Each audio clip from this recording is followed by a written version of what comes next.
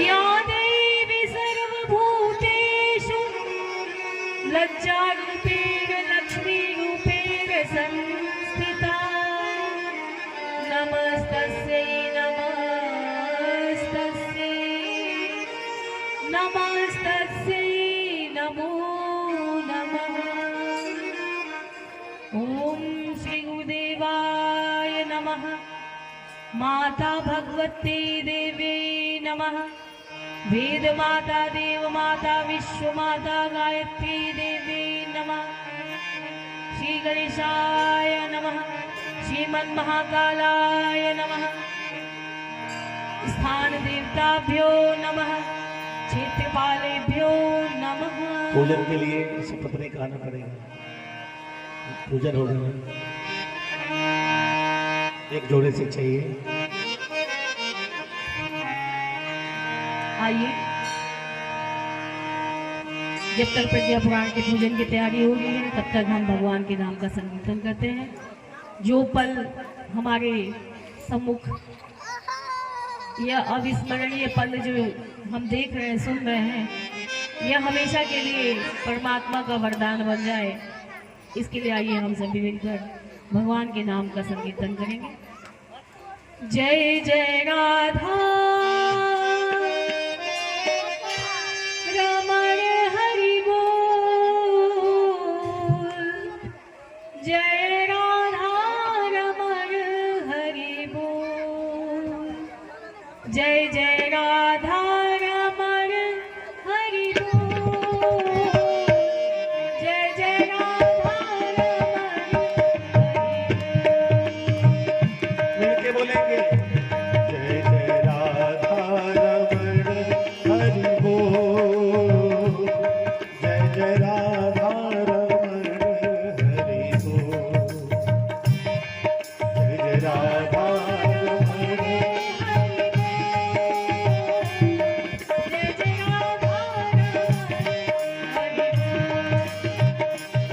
जय जय राधा रमण हरि बोल। जय जय राधा रमण हरि बोल। ताली बजाते हुए, जय जय राधा रमण हरि बोल। जय जय राधा रमण हरि बोल। जय जय राधा।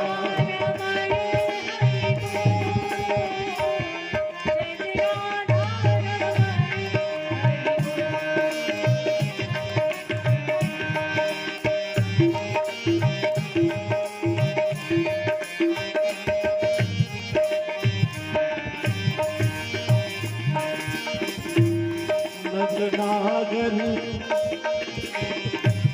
नवनागर किशोर नवल रसिया। नवनागर किशोर नवल प्यारो ब्रज को छयन कान्हा मन बसिया। प्यारो ब्रज को करी कालिंदे करी कालिंदे करी कालिंदे। जय जय राधा रमण हरि बोल। जय जय राधा रमण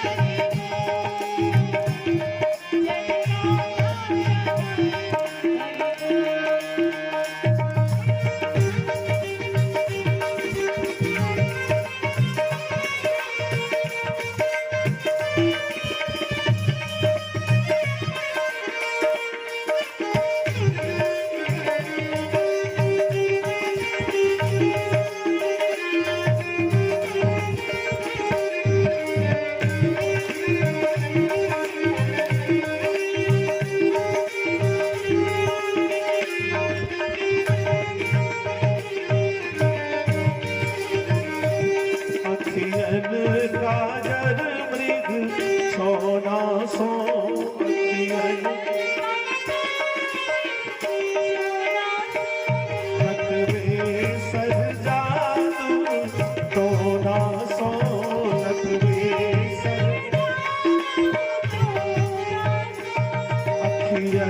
का जल सोना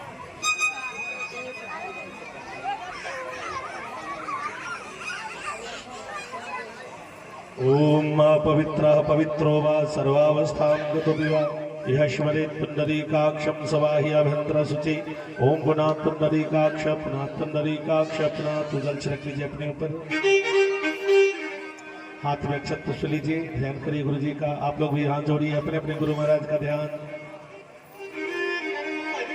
प्रार्थना करिए अपने अपने गुरुदेव से। ताने ताकी ना गुरुदेव जी हमार ओरिया, ताने ताकी ना गुरुदेव जी हमार ओरिया, ताने ताकी ना गुरुदेव जी हमार ओरिया। बोलिए हमार ओरिया, हो हमार ओरिया, हमार ओरिया।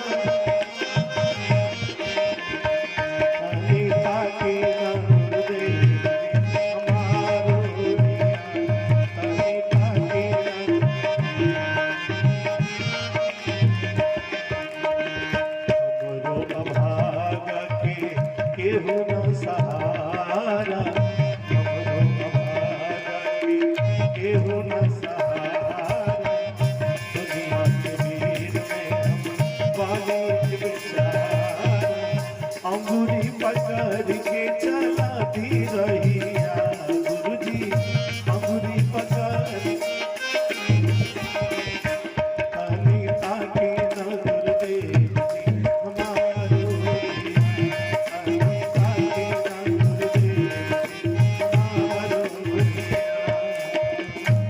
बोलिए सद्गुरुदेव भगवान की। ओम गुरुर्ब्रह्मा गुरुर्विष्णु गुरुरेव महेश्वर गुरुरेव परब्रह्म तस्मै श्री गुरुवे नमः।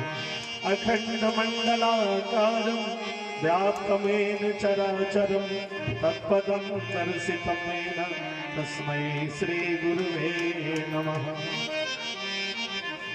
ओम श्री गुरुवे नमः। वाहयामि स्थापयामि ध्यायामि। गुरु जी के पास अक्षत फूल चढ़ाए, माता जी का ध्यान करें, पुनः अक्षत फूल लेकर के। ओम सरस्वत्याय विद्महे महाशक्त्यै धीमहि तन्नो भगवती प्रचोदयात्। ओम श्री वंदने माता देवी नमः। अब आप लोग माँ गायत्री का पूजन करेंगे, उससे पहले परमात्मा का ध्यान करें। सभी लोग हाथ जोड़े।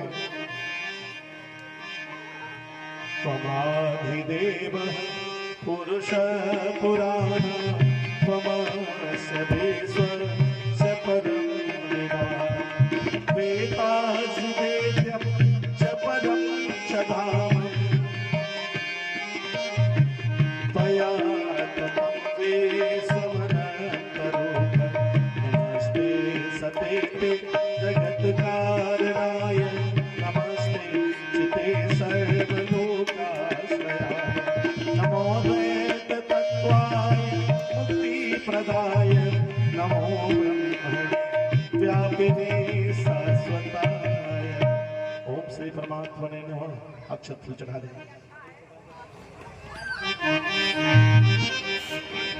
हाथ में अक्षत फूल लें। विघ्नहर्ता प्रथम पूज्य गणेश जी महाराज का ध्यान करें। विघ्नेश्वराय वरदाय सुरप्रियाय लंबोदराय सकलाय जगत्पिताय नागाननाय श्रुतियज्ञ विभूषिताय गौरीसुताय गणनाथ नमो नमस्ते। ओम श्री गणेशाय नमः। आवाहयामि स्थापयामि ध्यायामि। माता सरस्वती का ध्यान करें। सरस्वत्यै नमो नित्यं भद्रकायै नमो नमः। वेद वेदांत वेदांग विद्यास्थाने भये बच्चा। ओम माता सरस्वती देव्यै नमः। अब ध्यान करेंगे माँ गायत्री का आवाहन करेंगे। आयात वरदे देवी त्रयक्षरे ब्रह्मवादिनी गायत्री छंदसामातः ब्रह्मयोनिर्नमस्तुते। ओम श्री गायत्री देव्यै नमः। आवाहयामि स्थापयामि ध्यायामि। चढ़ा दिया अक्षत फूल। माँ गौरी का ध्यान करें। सर्वमंगल मांगल्ये शिवे सर्वार्थ साधिके शरणे त्र्यंबके गौरी नारायणे नमस्तुते। ओम श्री गौरी देव्यै नमः। आवाहयामि स्थापयामि ध्यायामि। अक्षत फूल चढ़ा दी। अब यहाँ पर आ जाएंगे बाबू लोग, आप लोग बैठ जाइए। जितने बच्चे खेल रहे हैं आप लोग बैठ जाइए। अच्छे बच्चे हैं आप लोग, बैठिए। आइए सभी लोग बैठ जाइए, बैठ जाइए सब लोग आ जाइए। दौड़ना नहीं है, बैठ जाना है, ठीक ना। आकर के अपनी जगह पर बैठ जाए।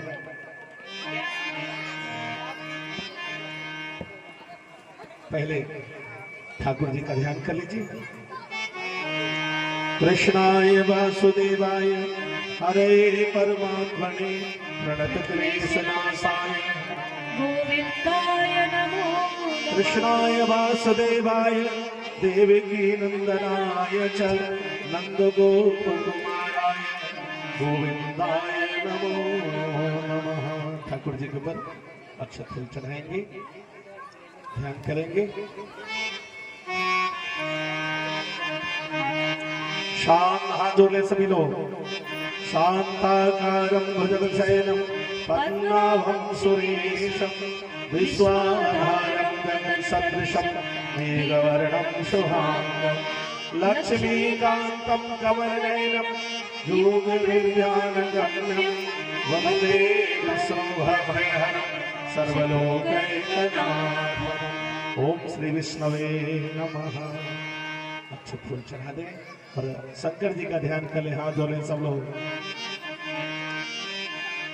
कर्पूर गौरम करुणावतारम संसार सारम भुजगेन्द्रहारम सदा वसंतम हृदयारविंदे भवं भवानी सहितं नमामि।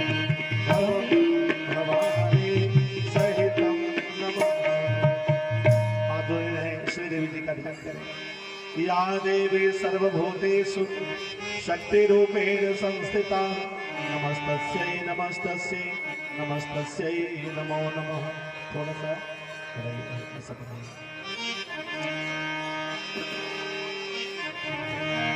महालक्ष्मी का ध्यान करें। ओम महालक्ष्मी नमस्तुभ्यं सुरेश्वरी हरिप्रिया नमस्तुभ्यं दयानिधे। ओम श्री लक्ष्मी देवी नमः। हनुमान जी महाराज का ध्यान कर लें। मनोजवं मारुततुल्यवेगं जितेन्द्रियं बुद्धिमतां वरिष्ठं वातात्मजं वानरयूथमोख्यं श्रीरामदूतं शरणं प्रपद्ये। अब व्यासपीठ का पूजन कर लें। अक्षत फूल आप व्यासपीठ पर चढ़ाएंगे। व्यासाय विश्वरूपाय व्यासरूपाय विष्णवे नमो वै ब्रह्मनिधये वासिष्ठाय नमो नमः।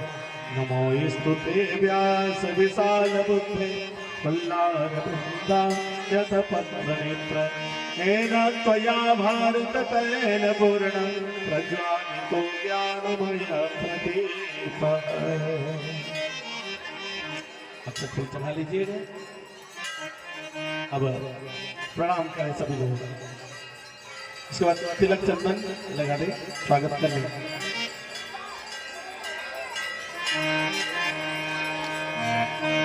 ओम स्वस्ति न इंद्रो बृहस्पतिः स्वस्ति न पूषा विश्ववेदाः स्वस्ति नस्तारिक्षोरिष्टनेमिः स्वस्ति नो बृहस्पतिर्दधातु।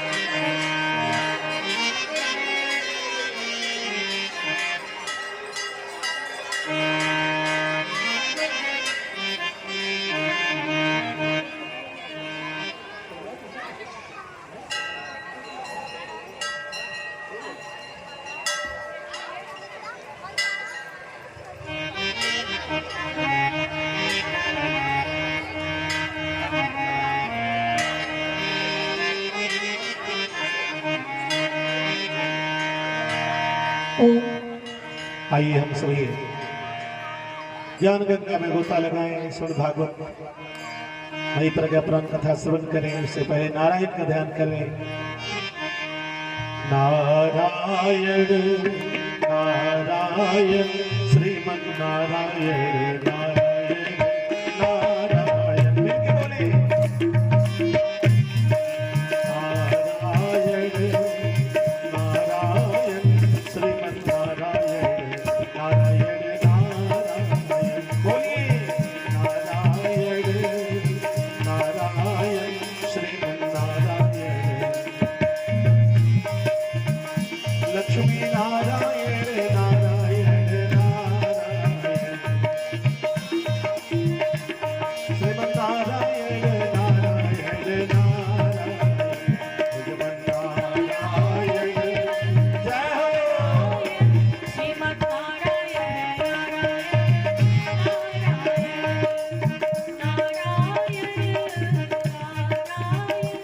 श्रीमद् नारायण श्रीमद् नारायण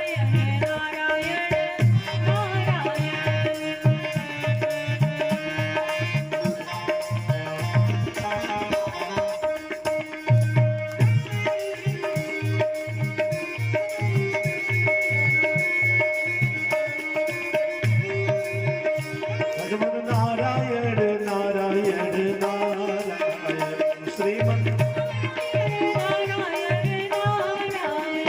लक्ष्मी नारायण नारायण नारायण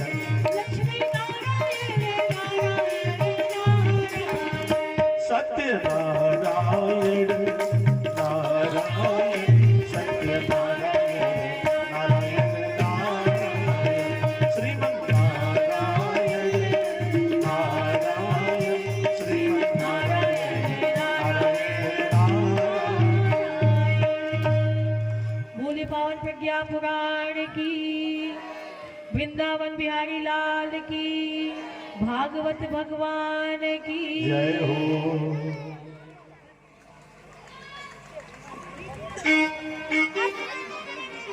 भाइयों बहनों, भागवतमयी श्रीमद् पावन प्रज्ञा पुराण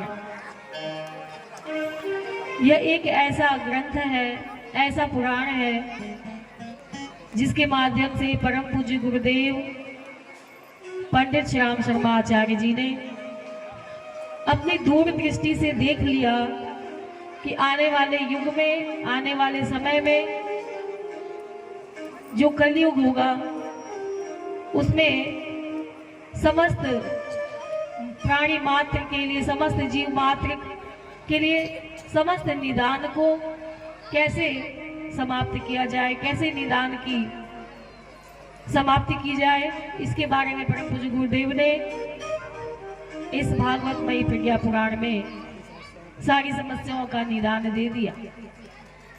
मानव मात्र जो अपने समस्त दुखों से संतप्त है, उनके उन समस्याओं के निदान हेतु ही पावन प्रज्ञा पुराण को रचा, लिखा। हमारा देश हिंदू धर्म प्रधान देश है। अगर देखा जाए तो प्रतिदिन किसी न किसी देवी देवता का है, किसी न किसी भगवान का है। यह ये दर्शाता है, ये बताता है कि कोई भी दिन आप जिस भी भगवान को उठा लीजिए, जिस भी भगवान की पूजा करते हैं, एक में ही अपने मन को लगाइए। एक सधे तो सब सधे। एक में अपने मन को लगा लिया, अंतःकरण को लगा लिया, अंतःकरण शुद्ध कर लिया एक देवी देवता में, तो आपका जीवन निश्चित रूप से मझधार से निकलता चला जाएगा, पार होता चला जाएगा। सोमवार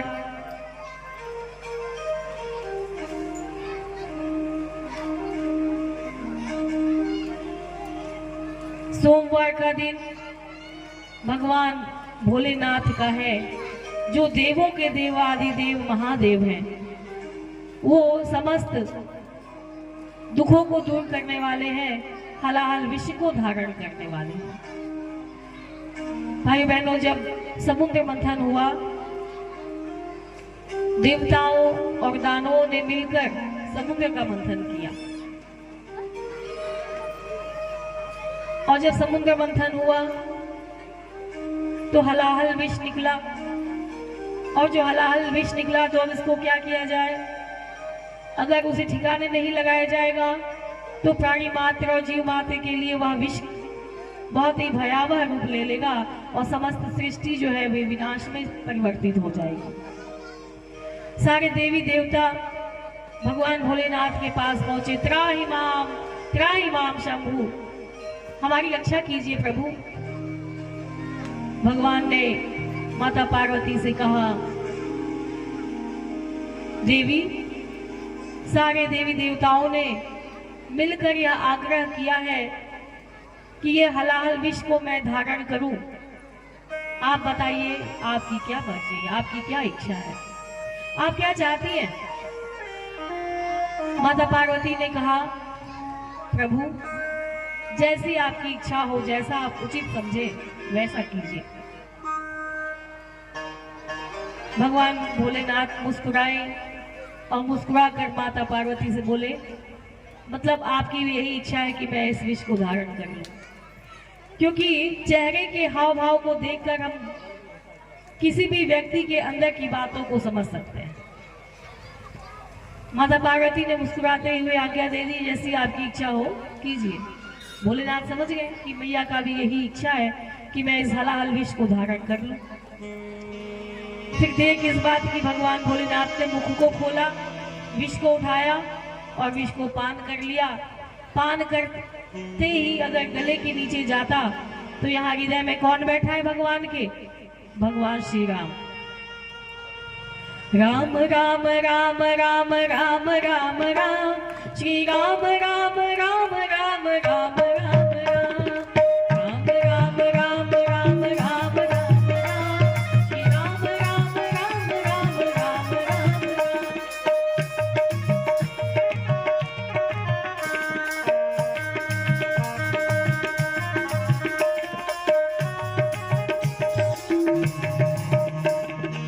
अगर भगवान भोलेनाथ गले से नीचे ले जाते तो भगवान श्री राम बैठे हैं, उन्हें कष्ट होता। इसलिए भगवान ने ना उगला और ना ही निगला, गले में ही धारण कर लिया। इसलिए उनका नाम क्या हो गया? बोले नीलकंठ भगवान की। तो भगवान ने हलाहल विष को धारण किया और गले में उसे धारण करके बोल दिया, जय श्री राम, जय श्री राम, जय श्री राम। तो ऐसे हैं भगवान भोलेनाथ, जो उनके शरण में त्राहि माम शंभु करके जाता है, उनके दुखों को दूर कर देते हैं, समाप्त कर देते हैं, हर लेते हैं। दूसरा दिन देखा जाए तो मंगलवार, जो भगवान हनुमान जी का है। राम काज किए बिना मोहे कहाँ विश्राम, जिन्होंने अपना पूरा जीवन भगवान राम के लिए समर्पित कर दिया, भगवान राम के कार्य के लिए समर्पित कर दिया। और जितना भगवान राम को नहीं जानते उतना भगवान हनुमान जी को जानते हैं। कोई ऐसा गांव नहीं, कोई ऐसा गली नहीं, कोई ऐसा मोहल्ला नहीं, कोई ऐसी जगह नहीं जहां भगवान हनुमान का मंदिर नहीं बना हो। बजरंग बली हनुमान, हनुमान तेरो जग में डंका बाज रहा।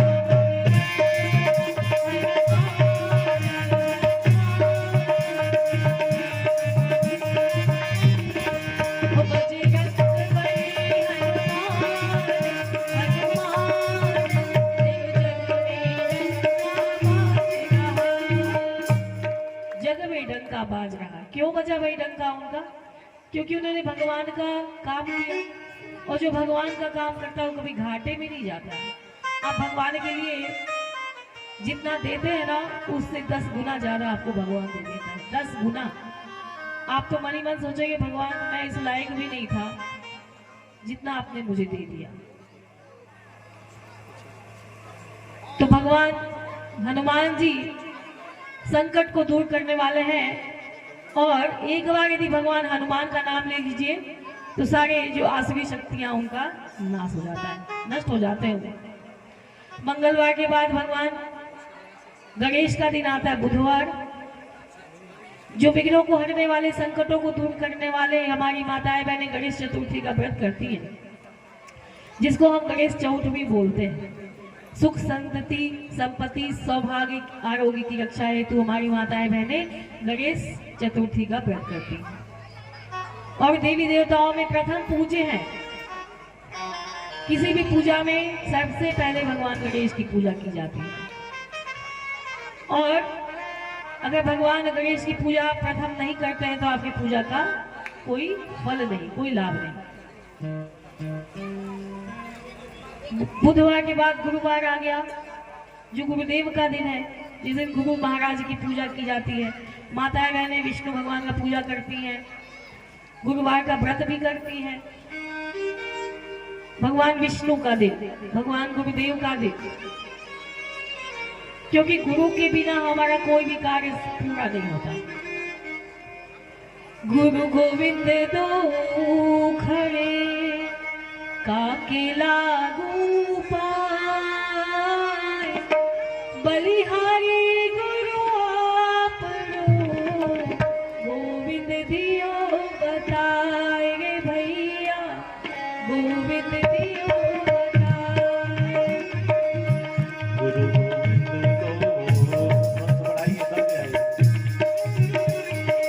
हरिओम।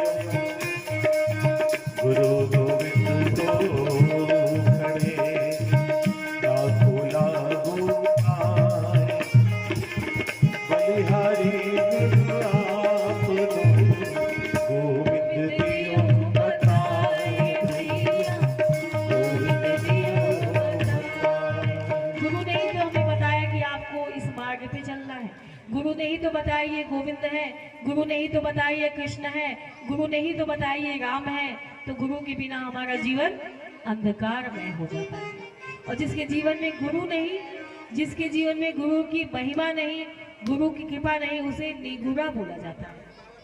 जिसने आज तक दीक्षा ही नहीं लिया, जिसके जीवन में आध्यात्मिक गुरु का अभी तक प्राकट्य ही नहीं हुआ, तो वह क्या बन गया? वह निगुरा हो गया, जिसका गुरु नहीं। गुरु बिन भव निधि तरहि न कोई, जो बिरंचि शंकर सम सोई। गुरु उसका नाम है जो हमारे जीवन से अंधकार रूपी अज्ञान को मिटाकर ज्ञान रूपी प्रकाश को भर देता है। गुरु किसका नाम है? अज्ञान रूपी अंधकार को, जो हमारे अंदर अंधकार भरा है अज्ञानता का, उस अज्ञान को मिटाकर ज्ञान रूपी प्रकाश को भर देता है। हम ज्ञानवान बन जाते हैं, हम तेजोमय बन जाते हैं, हम वर्चस्वी बन जाते हैं और जब हमारा आध्यात्मिक विकास होता है तो फिर हमारी जीवन की नैया हम नहीं, वह गुरुदेव, वह महाकाल पार लगाता है। इसलिए गुरुवार के दिन हम भगवान विष्णु का, अपने गुरु का, जो हमारे आराध्य हैं, जो हमारे इष्ट हैं, उनका ध्यान करते हैं। गुरुवार के दिन भगवान विष्णु की पूजा के बाद आ गया शुक्रवार, जिस दिन माता लक्ष्मी की पूजा की जाती है, जिस दिन भाग्य लक्ष्मी की पूजा करते हैं। माताएं बहनें संतोषी माता की पूजा करती हैं। क्यों? भाग्य लक्ष्मी, धन की लक्ष्मी, शुक्रवार के दिन इनका पूजा होता है।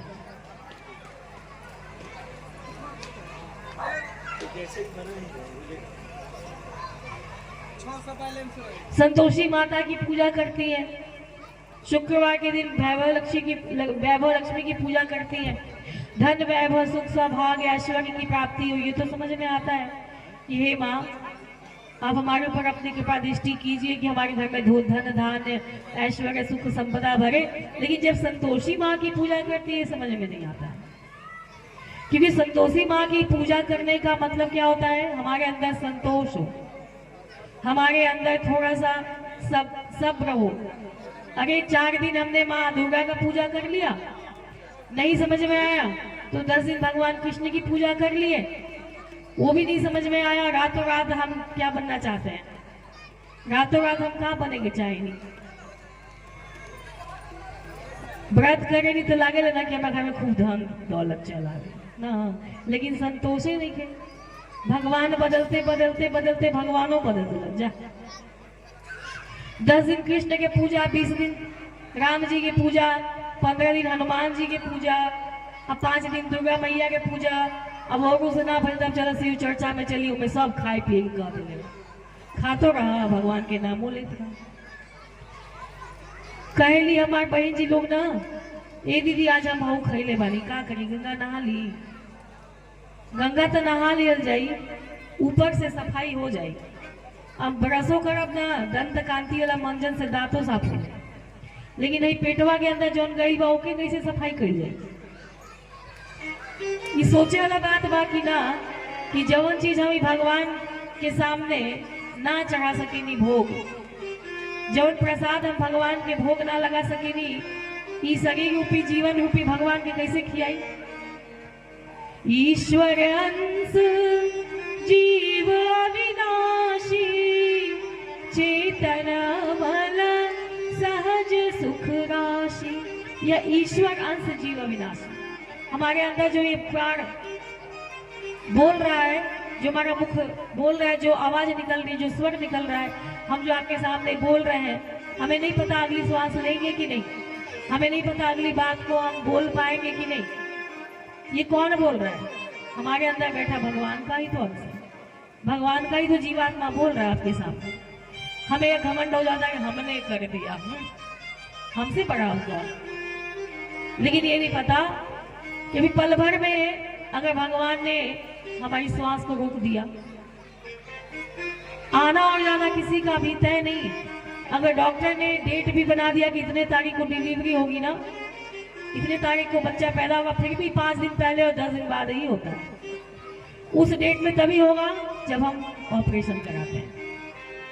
तो आना और जाना किसी का तय नहीं, क्योंकि ये भगवान के हाथ में। हम कितने दिन के लिए आए हैं, कितनी श्वास लेके आए हैं, ये हमें नहीं पता।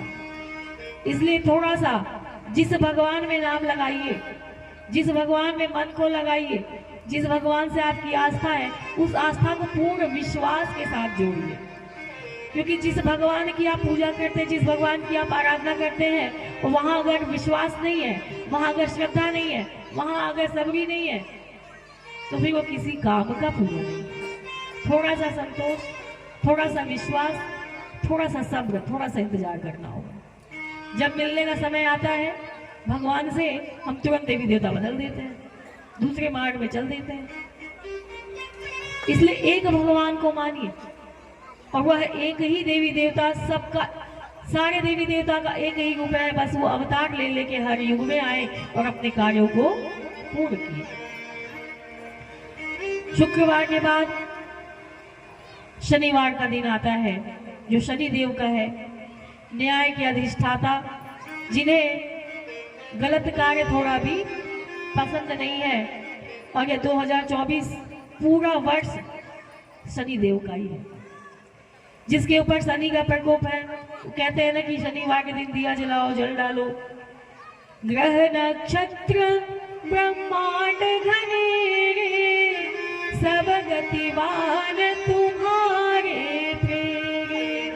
अष्ट सिद्धि नवनिधि की दाता, सब समर्थ गायत्री माता। जितने भी कष्ट है, कितने भी ग्रह गोचर क्यों न घेरे हो, अगर हम माँ गायत्री के शरण में जाते हैं, अगर माँ को अपनी हाथ को पकड़वा देते हैं, हमें उनके हाथ को नहीं पकड़ना, अपने हाथ को उनको दे देना। धैला गायत्री के ध्यान, संकट टल जाए। हाँ, धैला गायत्री के ध्यान, संकट टल जाए। तुहरो हो जाए कल्याण, संकट टल जाए। धैला गायत्री के ध्यान, संकट कट जाए। माताएं बहनें जब मेला ठेला में जाती हैं, आप लोगों में की भाषा समझ में आ रही है ना, कि भोजपुरी भी बोली हम। माताएं बहनें जब जाती हैं मेला में ठेला में घूमने, अपने बच्चों का हाथ को जोर से पकड़ लेती हैं। अरे मंगरुआ है ना आओ, अरे पपुआ है ना आओ।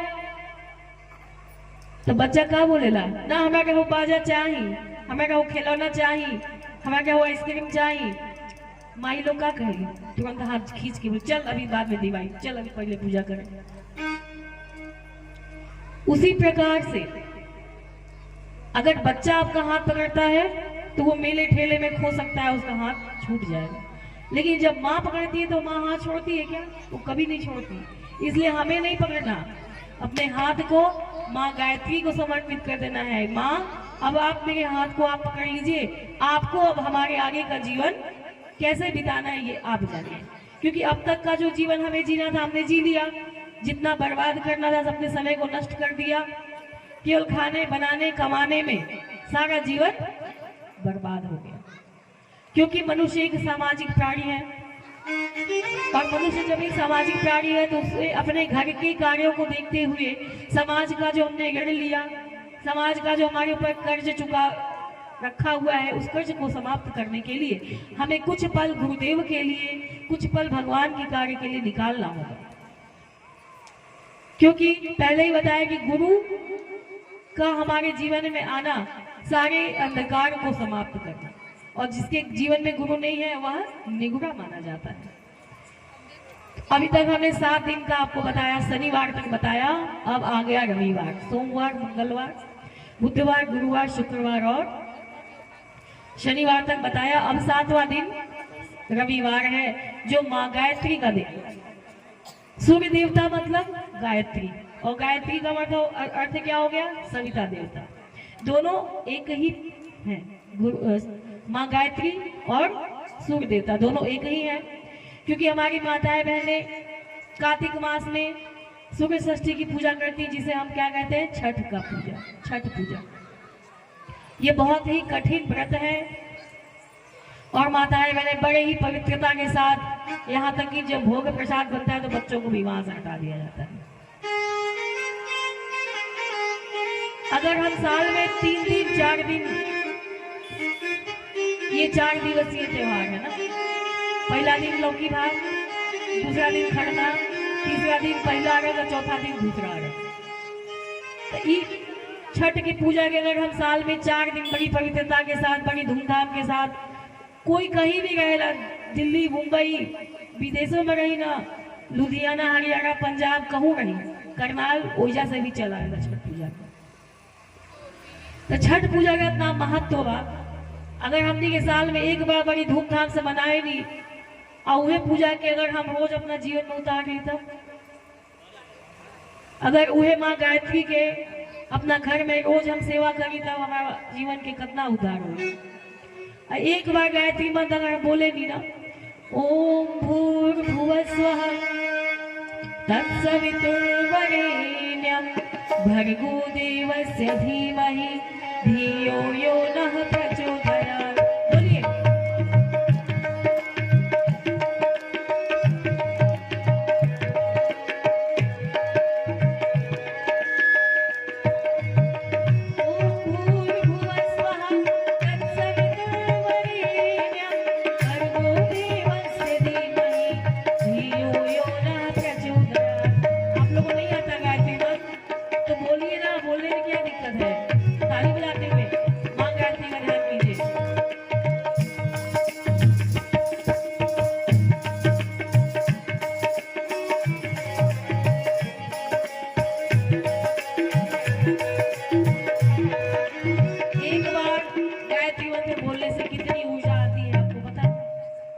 एक बार गायत्री मंत्र यदि हम बोलते हैं तो 1,10,000 वाइब्रेशन तरंगे हमारे अंदर, हमारे शरीर के अंदर उत्पन्न होती है।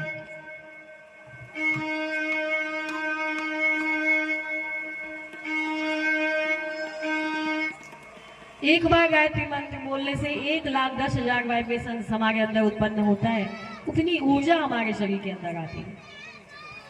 ये 7 दिन के बारे में हमने बताया। हमारा भारत, हमारा देश धर्म प्रधान देश है।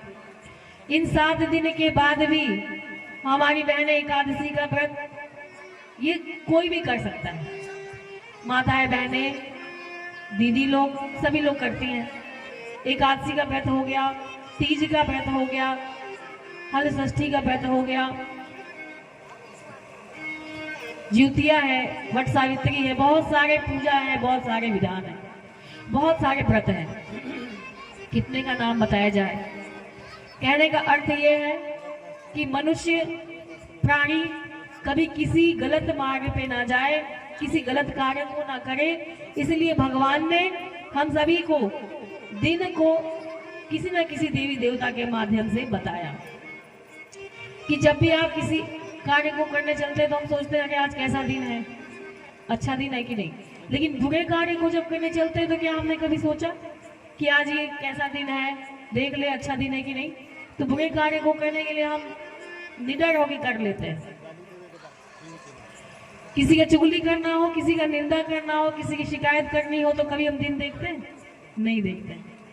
तो भगवान को हम सभी को बताना था कि हमारे देश में प्रतिदिन किसी न किसी देवी देवता का है, आप उसको याद करें और किसी भी गलत कार्य को ना करें। उसी प्रकार से 18 पुराण बने। जिस देवी देवता के ज्ञान को बताना पड़ा, जिस देवी देवता के चमत्कारिक उपायों को बताना पड़ा, उसके लिए पुराणों की रचना की गई। गणेश भगवान की रचना की गई, गणेश पुराण हुआ। भगवान भोलेनाथ के महत्व को बताना था तो शिव पुराण की रचना हुई। माँ दुर्गा के महत्व को बताना था, शक्तियों को बताना था तो देवी भागवत पुराण की रचना हुई। इसी प्रकार 18 पुराणों की रचना की गई। 18 पुराण के बाद 19वां पुराण है यह प्रज्ञा पुराण। जिस पावन प्रज्ञा पुराण को परम पूज्य गुरुदेव ने लिखा, गुरुदेव पंडित श्याम शर्माचार्य जी के द्वारा स्वरचित पावन प्रज्ञा पुराण, जो कि 19वां पुराण है। तो 18 पुराण और प्रतिदिन किसी न किसी देवी देवता का दिन, तो फिर आखिर गया 19वां पुराण जो पावन प्रज्ञा पुराण। इसकी आवश्यकता क्यों आ पड़ी? कहा गया है कि जैसी बीमारी वैसा इलाज। अगर हमारे पेट में दर्द है तो हम सर्दी बुखार का दवा नहीं लेंगे। अगर हमारा सर दुख रहा है तो उसे बुखार की दवा नहीं लेंगे। और गुरुदेव ने कहा कि जिसको छोटी मोटी बीमारी हो उसको हम दवा देकर ठीक कर सकते हैं, लेकिन यदि किसी का जख्म बड़ा हो गया तो जख्म को ठीक करने के लिए डॉक्टर को चीरा भी लगाना पड़ता है। तो आज के इस युग को देखते हुए, कलयुग को देखते हुए दूर दृष्टि से देख लिया था कि आने वाले समय में प्राणी मात्र के कल्याण के लिए कैसे और क्या किया जाए। इन बातों को विचार करते हुए गुरुदेव ने समस्त समस्याओं के निदान हेतु पावन प्रज्ञा पुराण की रचना कर डाली। अब प्रज्ञा क्या है? प्रज्ञा है सद्बुद्धि। हमारी जो बुद्धि है वह कुबुद्धि रूपी में परिवर्तित हो गई है। आज किसी की बुद्धि सही मार्ग पे नहीं चल रही। किसी के घर में जाइए, दीदी मेरा बेटा अच्छे से पढ़ता नहीं है, दीदी मेरा बेटा हम लोग का कहना नहीं मानता, दीदी हमारा बेटा जब देखो तब झगड़ा करता है। विद्यालय जाता है तो विद्यालय में अध्यापकों के द्वारा शिकायत सुनने को मिलता है। खेलने जाता है तो अगल बगल वाले उनका शिकायत करते हैं कि आपका बेटा ऐसे कर दिया, वैसे कर दिया, भोजन भी ढंग से नहीं करता, बात भी ढंग से नहीं करता, पढ़ता भी नहीं। ये तो घर के बच्चों की आदत हो गई। और हमारे पति देवता एक भी बात नहीं मानते, दिन रात झगड़ा होता है, अपने मन की करते हैं। जितने लोग घर में हैं उतनी बातें। हम सभी का यह बुद्धि क्या हो गया है? कुबुद्धि में परिवर्तित हो गया। इस कुबुद्धि को सन्मार्ग पे लाने के लिए, सद्बुद्धि, इस कुबुद्धि को सद्बुद्धि में परिवर्तित करने के लिए परम पूज्य गुरुदेव ने प्रज्ञा पुराण की रचना की। और सद्बुद्धि को प्रकृष्ट बुद्धि में परिवर्तित करने के लिए, कुबुद्धि तो हो गई है, अब इसे सद्बुद्धि कैसे परिवर्तित करें और सद्बुद्धि को प्रकृष्ट बुद्धि में कैसे परिवर्तित करें, इसलिए परम पूज्य गुरुदेव ने श्रीमद् पावन प्रज्ञा पुराण की रचना की। आज इस पावन पुराण जो भी हम सुनने जा रहे हैं, प्रज्ञा पुराण के मुख्य वक्ता है भगवान विष्णु और श्रोता है देवर्षि नारद जी। भगवान विष्णु ने पावन प्रज्ञा पुराण देवर्षि नारद को सुनाया और यहाँ पर मन में अनेक सवालों को लेकर, प्रश्न चिन्हों को लेकर देवर्षि नारद भगवान विष्णु के पास पहुंचते हैं, क्योंकि देवर्षि नारद जो है वो सभी के कल्याण के लिए कभी भी कहीं भी किसी समय जाते रहते हैं, उनके लिए कभी कोई रोक टोक नहीं है। तो आज नारद जी के मन में लोक जिज्ञासा, आज नारद जी के मन में यह जिज्ञासा हुई, यह हलचल मची कि आज पृथ्वी से बहुत सारे तमाम तरह के चमत्कारों की बातों को सुनने में आ रहा है, खबर आ रही है, सुनने को मिल रहा है। क्या मिल रहा है भाई? आज पृथ्वी लोक से सुनने को ये मिल रहा है कि पृथ्वी पर रहने वाले समस्त प्राणी बहुत ही सुखी हैं अपने जीवन में। क्यों सुखी हैं? क्योंकि आज प्राणी विज्ञान ने इतना खोज कर लिया, इतना आगे विज्ञान पहुंच गया, चंद्रमा पे भी चला गया। और आज मनुष्य के हाथ में सारे देवी देवता हैं, मनुष्य के हाथ में सारे देवी देवता हैं। ये कैसे संभव है? देवर्षि नारद ने सुना,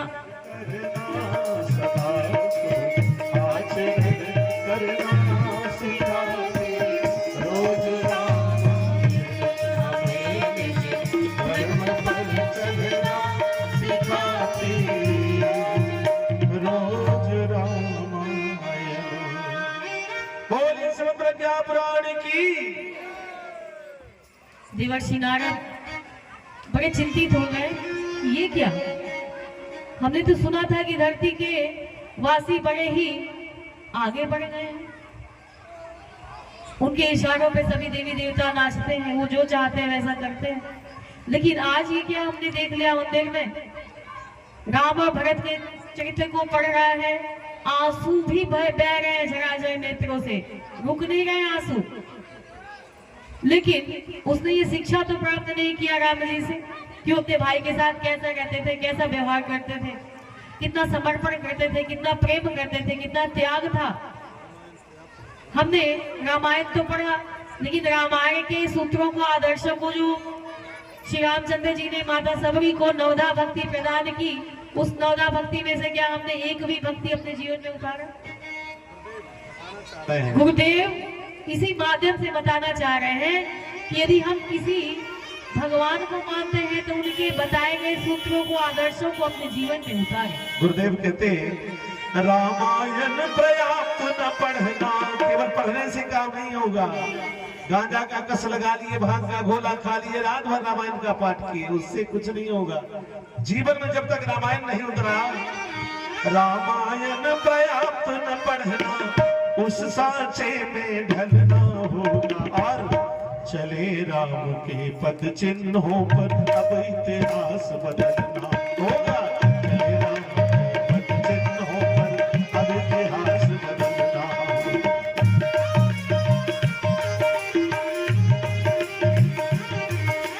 रामायण पर्याप्त न पढ़ना हो। बहुत खुश हुए, मनौती मान दिए थे कि मेरा घर बन जाएगा तो 24 घंटा का अखंड रामायण करवाएंगे। किराए पर बुला लिए रामचरितमानस का पाठ करने वाला, वो भी आए भैया हमारे। रात भर खूब भांग का गोला खाए, गांजा पिए, सुलती इतना ढेर लगा था, खूब खाए पिए गाए, चले गए। पूरा होगा 24 घंटा। इससे काम चलेगा क्या? जब तक जीवन में हमारे रामायण नहीं उतरेगा काम नहीं चलेगा। क्योंकि आज फिर भगवान की आवश्यकता है। रूप अनेकों बनाता ऋषि-मुनियों को सता रहे।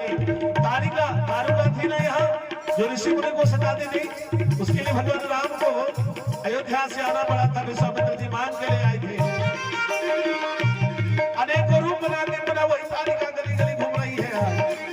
रूप अनेकों बना तारिका ऋषि मुनियों को सता रही। जाने कितनी सुरभ न खाए, अपना नाक कटा रहे। कई मंथरा भी अगल बगल घूम रही है, जो घर घर में लड़ाई करवा रही है। कई मंथराएं कुबुद्धि से घर घर नाश किया करती। और उस मंथरा के चलते कई घर के कई जो जिसकी बुद्धि भ्रमित हो गई, भ्रमित हुई कई के कई पति के प्राण लिया करती। कहीं ना हमें कहीं पथभ्रष्ट न कर दे, कहीं हम पर न वो हावी हो जाए श्री सावधान। अरे इससे पथम निपटना होगा तो क्या करना होगा? एक दिन केवल 22 तारीख को हम लोग क्या गा लिए? 22 तारीख को हम लोग कुछ गाए थे ना? सब लोग देश में जिधर देखिए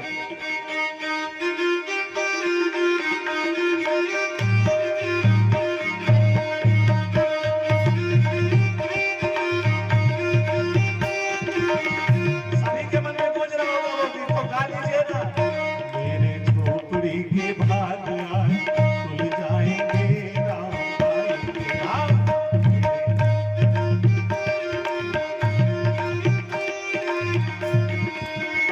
राम आएंगे, आएंगे राम आएंगे। बहुत सुंदर, ताली बजाते हुए।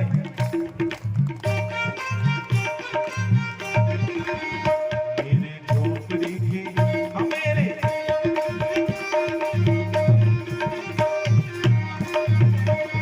राम आएंगे तो अंगना सजाऊंगी।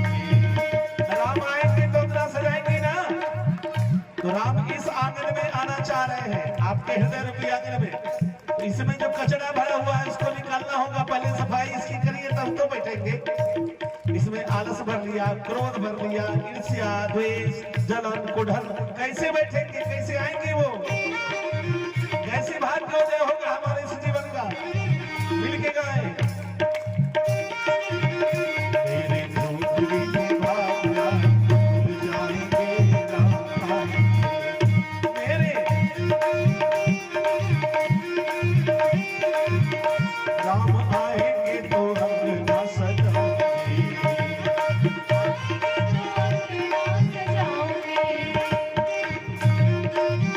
मेरे जन्मों के पाप आज कट जाएंगे, राम आएंगे।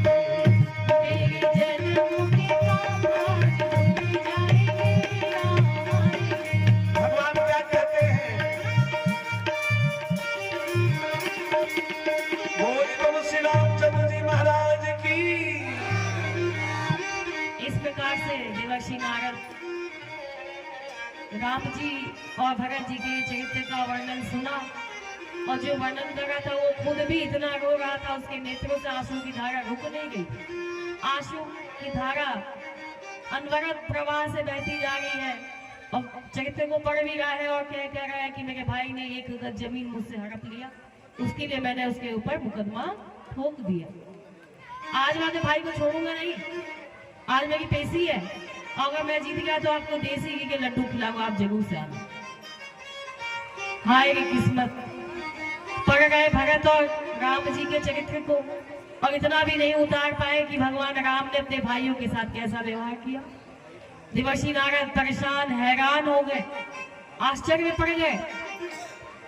मंदिर से निकले, आगे बढ़े कि देखें और क्या स्थिति है इस गांव की। आगे बढ़े, देखा कुछ दूर से एक अर्थी चली आ रही है, 4 लोगों ने कंधा दिया है, लेकर चले आ रहे हैं, और उसके पीछे पुलिस जो है 3-4 लोगों को हाथ में हथकड़ी लगा के बांध कर लेके चली आ रही है।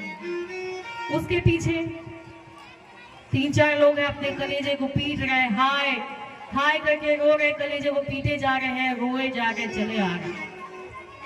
देवर्षि नारद ने सोचा ये अर्थी तो समझ में आया कि कोई मर गया है, लेकिन इसके पीछे जो हाथ में हथकड़ी लगी ये तो मुझे समझ में नहीं आ रहा, ये कौन है, और आखिर अर्थी के पीछे क्यों चली आ रही पुलिस लेकर के इन लोगों को। देवर्षि नारद ने अपने भेष को परिवर्तित करके उसी भीड़ में से एक लोग से पूछा कि भाई ये अर्थी तो मुझे समझ में आया कि ये अर्थी कोई मर गया है उसकी है, लेकिन इसके पीछे जो लोग हैं जिनको हाथ में हथकड़ी लगा कर लेके चले आ रहे ये कौन है, और अर्थी के पीछे क्यों है।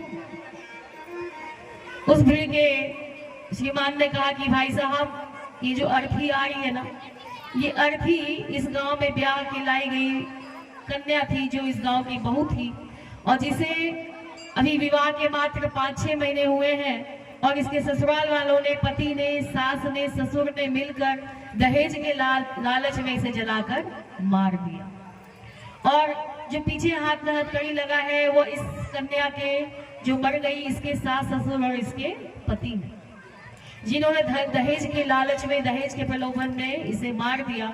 पुलिस उन्हीं के हाथों में हथकड़ी लगाकर इन्हें लेकर चली आ रही है।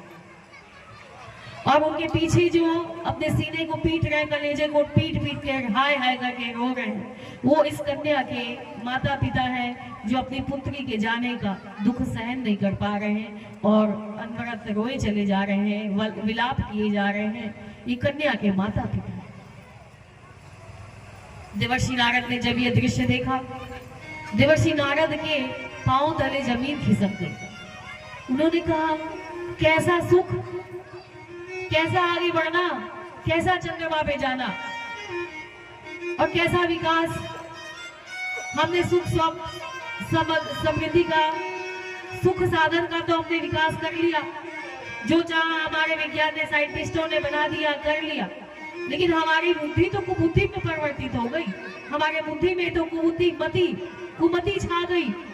पहले एक कंस था, एक रावण था, आज हर घर में रावण है, हर घर में कंस है। किस रूप में? कुबुद्धि के रूप में। कलयुग बैठा मार कुंडली, जाऊं तू मैं कहाँ जाऊं।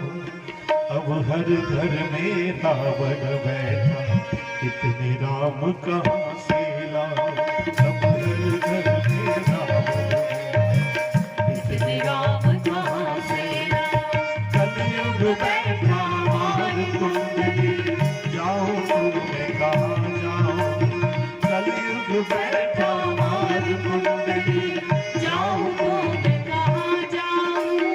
अब हर घर में रावण बैठा, इतने राम कहाँ से लाऊं। इतने राम कहाँ से लाऊं। देवर्षि नारद मन में इतनी ज्यादा हैरानी हो गई, इतने विचलित हो गए, इतने दुखी हो गए कि वहीं बैठ गए। उन्हें समझ में नहीं आ रहा ये हो क्या रहा है। आज मनुष्य इतना आगे तो बढ़ गया, साइंस ने इतनी तरक्की तो कर ली कि मनुष्य आज बहुत ही ज्यादा फास्ट हो गया है, डिजिटल जमाना हो गया। लेकिन आज मनुष्य आगे बढ़ने के बाद भी वो अपनी बुद्धि को कुबुद्धि में, सद्बुद्धि को क्यों नहीं लाता?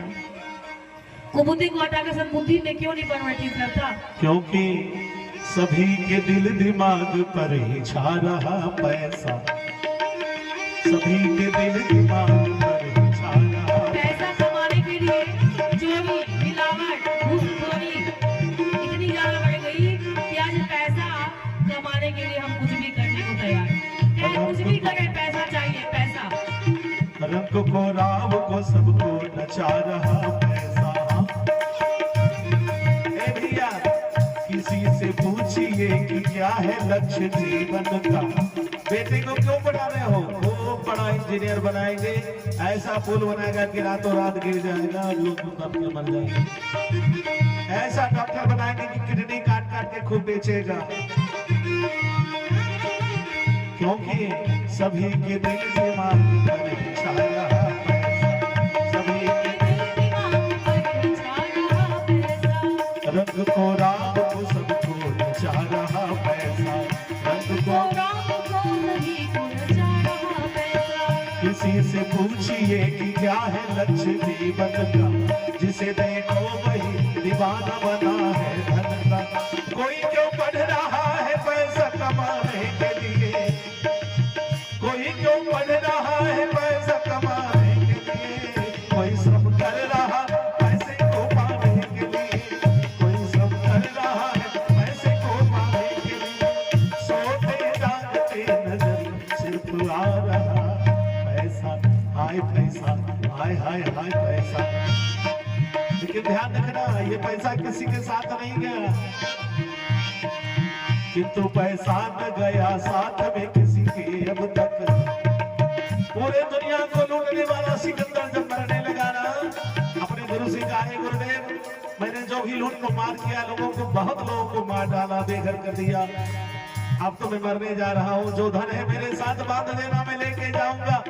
के गुरुदेव ने कहा बेटा ये यही रह जाएगा, वहां तू एक सुई भी नहीं ले जा सकता, एक सुई भी नहीं ले जा सकती।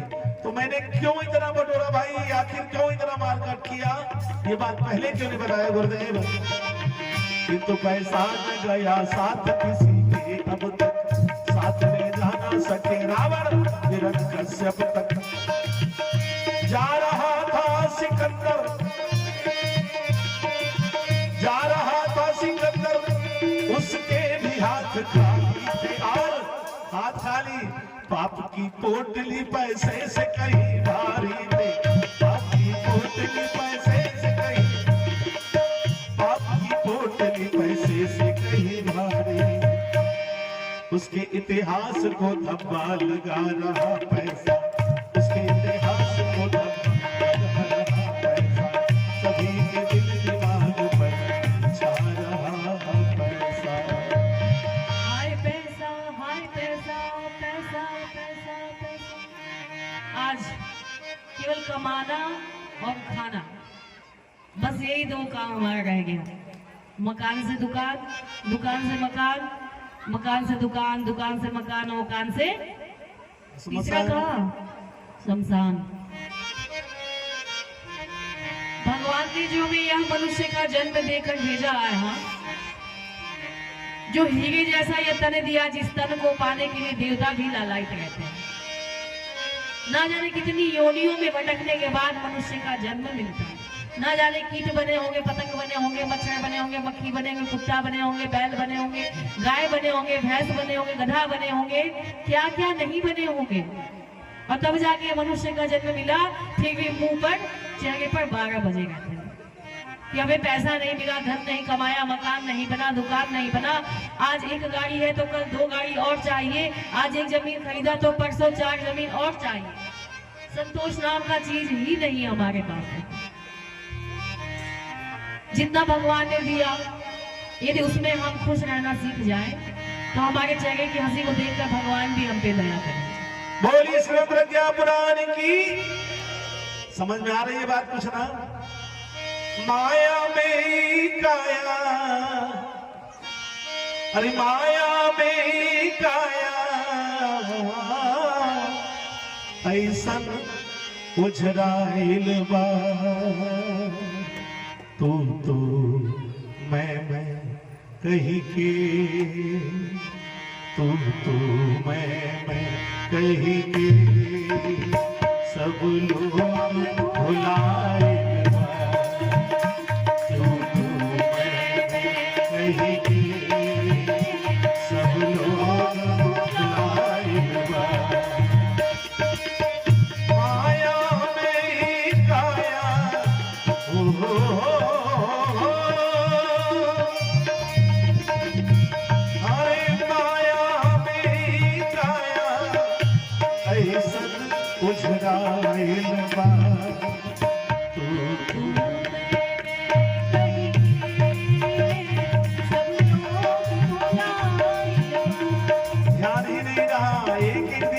चला गया।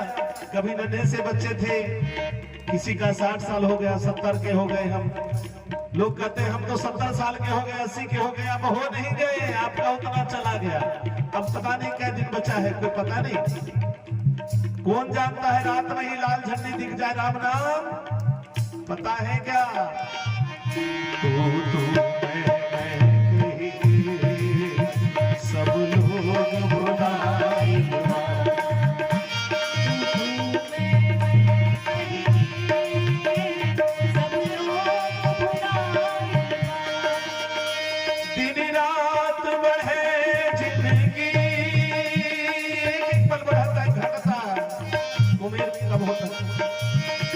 दिन रात बढ़े जिंदगी, उम्र के समापन, अरे आवे के जाए के सामान नया पन्हा, अरे पहुँचल के हूँ पहुँची, आके हुके नियराइल बा। ताली बजाने बैठे। और श्री रामचंद्र जी महाराज की तू मैं कह के सब लोग भुलाए माया में काया।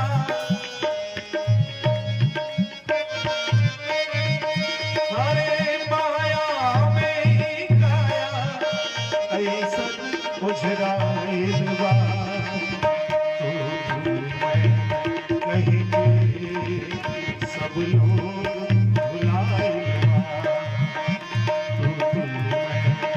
कहीं तो नाम है भगवान के नारायण नारायण श्रीमन नारायण नारायण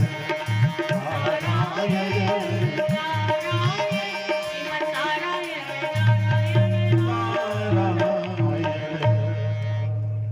देवर्षि नारद ने देखा कि ये भगवान को तो मान रहे हैं लेकिन भगवान की नहीं मानते। राम को मानते हैं, राम की नहीं मानते। कृष्ण को मानते हैं, कृष्ण की नहीं मानते। माँ दुर्गा को मानते हैं, माँ दुर्गा की नहीं मानते। हनुमान को मानते हैं लेकिन हनुमान की नहीं मानते। यहाँ भगवान सब को लोग मानते हैं। यहाँ सब लोग दुर्गा माँ को मानते हैं दुर्गा माँ को सब लोग पूजा करते हैं ना। 9 दिन खूब दुर्गा दुर्गा हुई। 9 दिन 10 दिन दुर्गा 11वां दिन का होला 10 दिन दुर्गा 11वां दिन। और आप लोगों को समझ में आ रहा है ना? तो बताइए ना, हाथ तो उठा दीजिए कम से कम, कैसे पता चलेगा? 10 दिन दुर्गा माँ की खूब पूजा करते हैं, प्याज लहसुन भी नहीं खाते हैं, बस फलाहार करेंगे।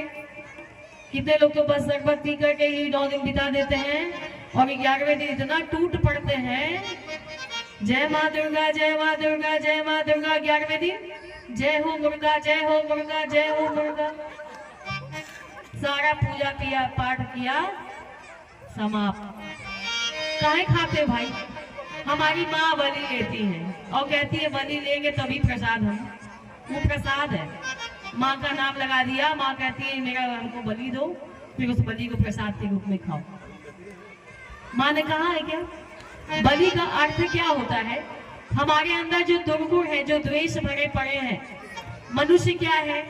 वो परमात्मा का अंश है, परमात्मा का जीव है। अरे शेर का बच्चा शेर ही होगा ना, बकरी का बच्चा बकरी, गाय का बच्चा बछड़ा बछड़ा। ईश्वर अंश जीव अविनाशी, ईश्वर अंश जीव अविनाशी, चेतन अमर सहज राशि, चेतन अमर सहज सुख राशि। ईश्वर अंश जीव अविनाशी, हर जीव के अंदर परमात्मा का अंश है। तो क्या बन गया? परमात्मा बन गया, भगवान बन गया। तो गायत्री परिवार का मतलब, गायत्री मंत्र का मतलब, अभी जो ये आप यज्ञ देख रहे हैं, अभी आज आपने कलश उठाया, सुबह में जल भरी किया, शोभा यात्रा किया कलश को लेकर। कलश के मुख में ब्रह्मा जी सोहे, कंठ से लग कर शंकर मोहे। ए जी ब्रह्मा सोहे बुलावा। ब्रह्मा विष्णु महेश ये तीनों कलश में है और इनके बाद भी 33 कोटि देवताओं का आह्वान। समस्त मातृ शक्तियों को, देवताओं को लेकर आपने नगर भ्रमण किया। ये कोई साधारण कलश नहीं। तो आज हम सभी यहाँ पावन प्रज्ञा पुराण के माध्यम से बैठे हैं, जितने भी जो हम यहाँ मानव मात्र के कल्याण के लिए यहाँ बैठे हैं। मानव मात्र का कल्याण कैसे हो? क्योंकि हमने शुरू में ही बता दिया कि जैसी बीमारी वैसा इलाज। सिर दर्द में सिर दर्द की दवा, बुखार में बुखार की दवा, पेट दर्द में पेट दर्द की दवा और उल्टी और दस्त है तो उसकी दवा दी जाती है। अगर कोई जख्म बड़ा हो जाए तो डॉक्टर चीरा भी लगाता है। और आज के समय में क्या हो रहा है? चीरा लगाया जा रहा है। अगर हमारी सद्बुद्धि नहीं बदली, कुबुद्धि नहीं बदली, कुबुद्धि सद्बुद्धि में नहीं बदली और सद्बुद्धि प्रकृष्ट बुद्धि में नहीं बदली, नहीं परिवर्तित हुई, तो यह चीरा अनवरत लगता चला जाए। कैसा चीरा? कहीं भूकंप आ गया, कहीं बाढ़ आ गया, कहीं बारात जा रही, बस पलट के गिर गई, कहीं बस में आग लग गया, सैकड़ों लोग एक साथ समाप्त हो गए। चटैया कटनी प्रारंभ है। आप जब घर बनाते हैं अपने जमीन में, जमीन लेके छोड़ दिया, 10 साल तक जमीन ऐसे बढ़ती पड़ा है, तो अगर आप जाके नहीं देखें तो जमीन में कूड़ा करकट गंदगी जंगल सब जम जाते हैं। और घर बनाते समय साफ करते हैं कि नहीं? उसी गंदगी में बना देते हैं घर। तो सतयुग की वापसी हो रही है, सतयुग की वापसी हो रही है, नया युग आने वाला है। इसलिए भगवान अपनी सृष्टि का संतुलन बना रहे हैं, और जिसकी कुबुद्धि सद्बुद्धि में परिवर्तित नहीं होगी उसका छटन ही होता चला जाएगा। भगवान अपने सृष्टि को समाप्त होते नहीं देख सकते, भगवान अपने सृष्टि को बिगड़ता हुआ नहीं देख सकते। ये भगवान विष्णु की क्रीड़ा स्थली है, ये भगवान का बनाया गया सृष्टि है। युग तो बदल रहा है, बदलना जरूर है, वो अब भी बदल जाएंगे जिनको गुरूर है। परम पूज्य गुरुदेव ने कहा, बेटा युग निर्माण तो हो चुका है, युग निर्माण हो चुका है।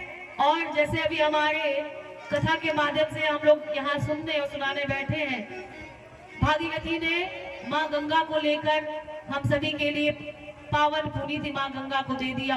उसी प्रकार परम पूज्य गुरुदेव पंडित श्याम शर्मा आचार्य जी ने माँ गायत्री, जो सभी की कुबुद्धि को सद्बुद्धि में परिवर्तित कर देगी, ऐसी माँ गायत्री को हम सभी को बिना धन लगाए, बिना किसी मेहनत के सुलभता से प्रदान कर दिया। हम सभी को उस माँ गायत्री को अपने जीवन में उतार लेना है और माँ गायत्री को अपने हाथ को थमा देना है। आज के युग की यही दवा है, क्योंकि ये जो गायत्री है, ये जो गायत्री माँ की, आपको अभी इस कथा के प्रारंभ से ही बताया कि माँ गायत्री सद्बुद्धि की देवी है। और गायत्री मंत्र का क्या अर्थ है? गायत्री मंत्र का अर्थ है वह प्राण स्वरूप। किसी देवी देवता का नाम नहीं आएगा, वह प्राण स्वरूप, जिसके अंदर प्राण है, कूट कूट के बना है, प्राण से ओतप्रोत है, वह प्राण स्वरूप सुख दुख नाशक, जिसके समस्त दुखों को दूर कर देती है, वह माँ गायत्री। वह प्राण स्वरूप दुख नाशक सुख स्वरूप, जो हमें सुख देती है, जो दुखों को नाश करती है, श्रेष्ठ है, तेजस्वी है, जो हर देवी देवताओं में श्रेष्ठ है, तेजस्विता भरा पड़ा है। जिसे राम ने जपा, जिसे कृष्ण ने जपा, जिसे भगवान शिव शंकर ने जपा, वह माँ गायत्री। और वह मंत्र नहीं, वह तो चंद्र है, मंत्रों का राजा, जिसे सभी देवी देवताओं ने जपा।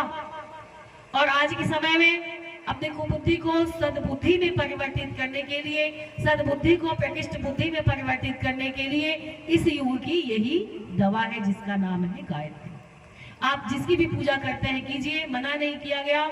आप जिसकी भी दीक्षा लिए ले लिए, कोई बात नहीं, आप गायत्री माँ को अपने जीवन में उतारिए, माँ गायत्री के चरणों में जाइए और गुरु को अपने जीवन में अवश्य ही लाइए, क्योंकि बिना गुरु के कोई कल्याण नहीं होने वाला।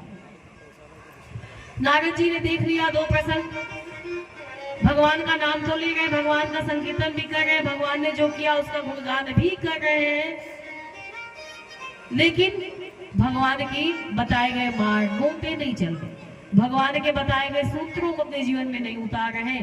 और इधर धन के लोभ में, दहेज के लोभ में एक विवाहित कन्या को जलाकर मार दिया। जब यह दृश्य देवर्षि नारद ने देखा है, वो संतप्त हो गए, व्याकुल हो गए, हैरान हो गए, परेशान हो गए, दुखी हो गए, मस्तक पे चिंता की रेखाएं गिर गई। चले दिए विष्णु भगवान के पास बोलने, बताने, पूछने, क्योंकि देवर्षि है भक्तों में शिवमोहन, कभी भी किसी भी समय कहीं भी उनको जाने का पूरा छूट था। वो जनमानस के कल्याण के लिए, लोक कल्याण कृत, लोक कल्याण के लिए वो कभी भी किसी समय विष्णु लोक कहीं भी जा सकते थे, उनको कहीं भी मनाही नहीं थी। जब उन्होंने देखा कि भगवान की बनाई हुई सृष्टि आज किस धारा में परिवर्तित होती चली जा रही है, आज मनुष्य मनुष्य को देख के नहीं जी रहा, आज भाई भाई में लड़ाई चल रहा है, एक दूसरे के खून के प्यासे हो गए, देवर्षि नारद से रहा नहीं गया, तुरंत विष्णु लोग भगवान के पास भगवान का नाम लेते। देवर्षि नारद हुए भक्तों में सिरमौर, राम भक्तों में सिरमौर, भक्तों में सिरमौर, परहित चिंतन में निरत उन साधुए नमो।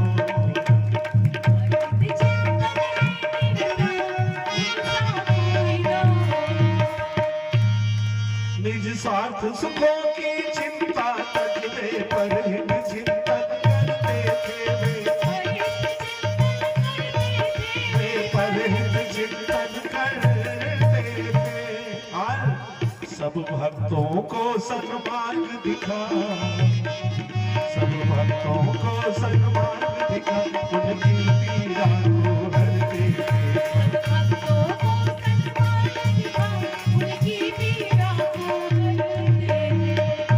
बस इसीलिए तो श्री हरि ने था उनको यह सम्मान दिया, बस इसीलिए श्री हरि ने था उनको यह सम्मान दिया।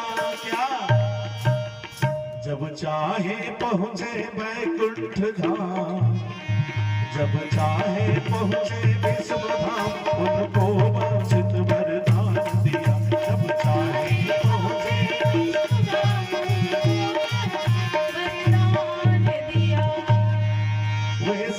समय पर भूतल पर विचरण भी करते रहते थे, विचरण भी करते रहते थे। और अब आतप से पीड़ित जन की चिंता प्रभु से जा करते थे, आतप से पीड़ित जन की चर्चा श्री हरि से करते थे।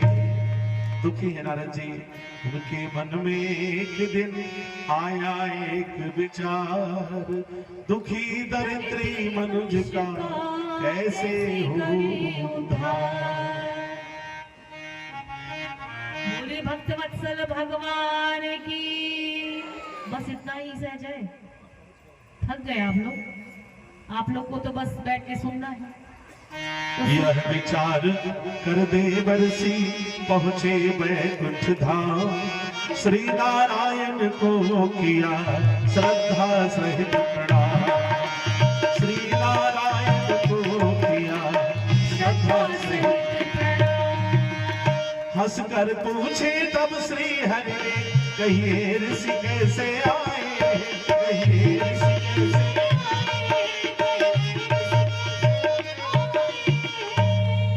कहाँ कहाँ पर भ्रमण किया। नारद जी, आप तो दुनिया देखने गए थे ना हमारे विश्ववाटिका को, क्या क्या देखा सुनाइए। है कहाँ कहाँ पर भ्रमण किया और क्या सबके साथ आए, है कहाँ कहाँ पर।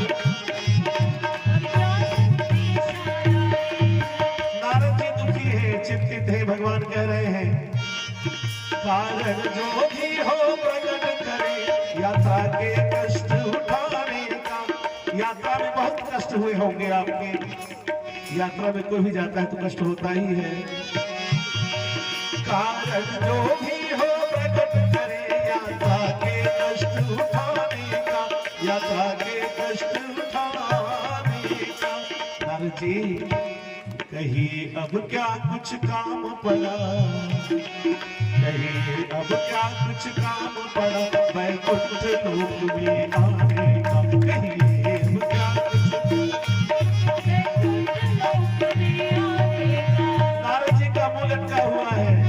भगवान कह रहे हैं कुछ दुखी दिखाई देते हो, मुखमंडल क्यों मुरझाया है, मुखमंडल क्यों मुरझाया है।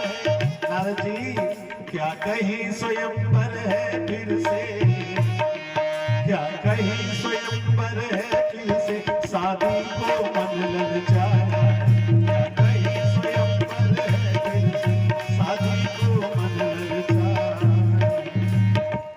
नारद जी कहने लगे हे हरि दया निधान, अंतर्यामी आप हैं क्यों बनते अनजान। भोले बात करने वाली दीदी की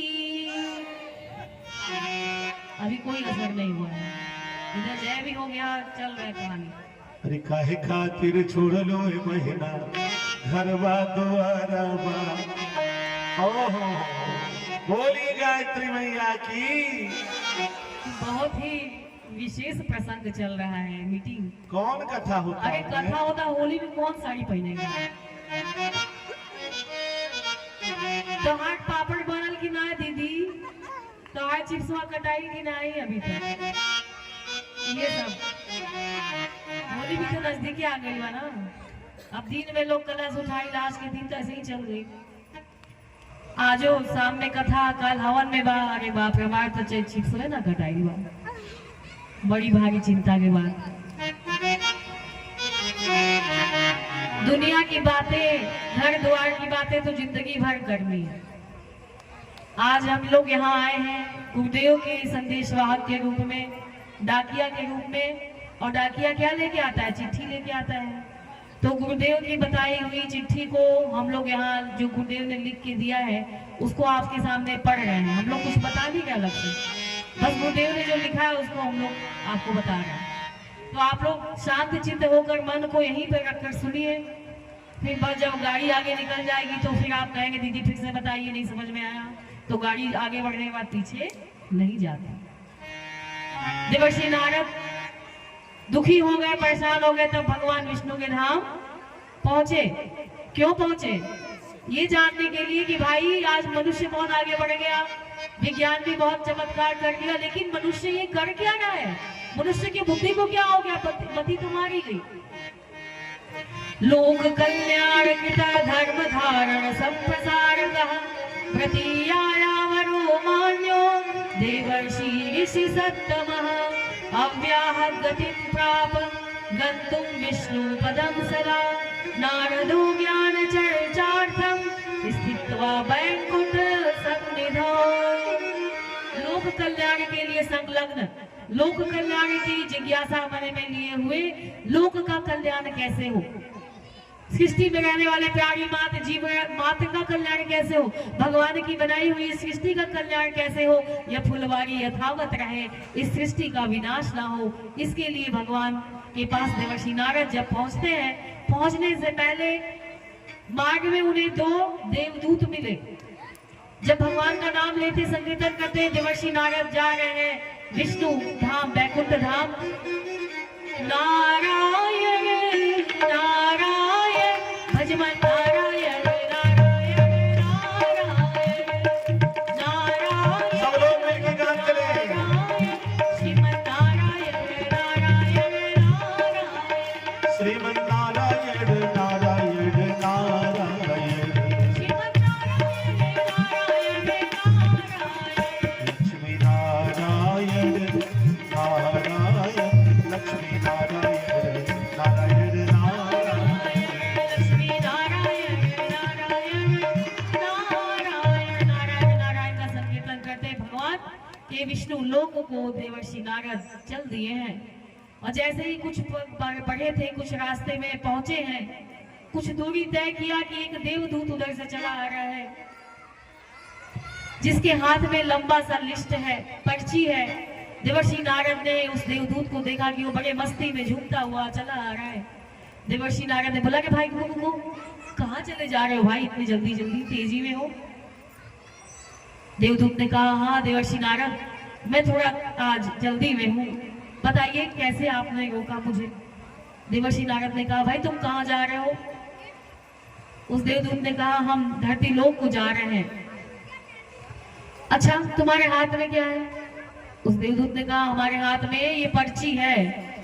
देवर्षि नारद ने कहा वो तो मैं देख रहा हूँ तुम्हारे हाथ में पर्ची है, लेकिन इस पर्ची में है क्या? इस पर्ची का क्या करोगे तुम? लंबी सी पर्ची थी, देखिए इतनी लंबी पर्ची लेके देवदूत चला जा रहा है। देवर्षि ने पूछा इस पर्ची में क्या है?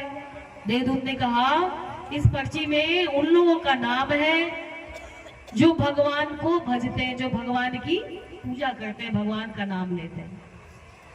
देवर्षि नारद बड़े प्रसन्न हो गए, बड़े खुश हो गए, मन में लड्डू फूटने लगे। अरे वाह, इस लिस्ट में तो मेरा नाम जरूर होगा, भगवान ने जरूर मेरा नाम दिया होगा। क्यों? क्योंकि मैं सुबह शाम दोपहर रात सोते जागते उठते बैठते खाते पीते हर श्वास में हर वक्त मैं भगवान का ही नाम लेता हूँ। और जब मैं हर वक्त भगवान का नाम लेता हूँ, हर आने जाने वाली श्वास में भगवान का ही नाम रहता है, तो भगवान अवश्य मेरा नाम लेते होंगे। रुको रुको जरा देना, ये लिस्ट देना, क्या मैं देख सकता हूँ? देवदूत ने कहा बिल्कुल देख सकता हूँ। और उस लिस्ट को देवर्षि नारद ने लिया। लेते ही नीचे से ऊपर, ऊपर से नीचे की ओर देखने लगे कि इसमें मेरा नाम कहाँ है, लेकिन संयोग से देवर्षि नारद का नाम उस लिस्ट में नहीं था। देवर्षि नारद दुखी हो गए, तुरंत दुखी हो गए। अरे मैं तो भगवान का नाम लेता था, मैं भगवान का संकीर्तन करता हूँ और हर वक्त मैं लोक कल्याण के लिए, जनमानस के कल्याण के लिए अनवरत चलता ही रहता हूँ, अनवरत प्रयासरत ही रहता हूँ, भगवान ने मेरा नाम क्यों नहीं दिया? दुखी हो गए। फिर भी दुखी होने के बाद भी उन्होंने उस देवदूत से कहा कि भाई तुम आओ, ये पर्ची लो और तुम जहां जा रहे थे वहां जाओ। भेज दिया। और दुखी होने के बाद भी उन्होंने भगवान का नाम लेना बंद नहीं किया। लेकिन हम लोग के अंदर क्या है, अगर हम सुख में है ना तो भगवान का नाम है भूल जाते हैं, और दुख आता है हई मंदिर हऊ मंदिर और उन्हें तो मजारों पे जाके माथा टेके लगे, अतना भगवती भगा जाई कि हई करब हऊ करब, सत्यनारायण भर कथा कराई, हवन कराई, एगो नारियल चढ़ाई। दुख आता है तो, सुख आता है तो अरे बाप रे हमसे तो बड़ा कोई नहीं है, हम ही तो किए हैं सब, फिर तो भगवान क्या है कुछ नहीं पता। दुख में सुमिरन सब करे, सुख में करे ना कोई, जो सुख में सुमिरन करे, दुख काहे कोई भैया, दुख काहे कोई।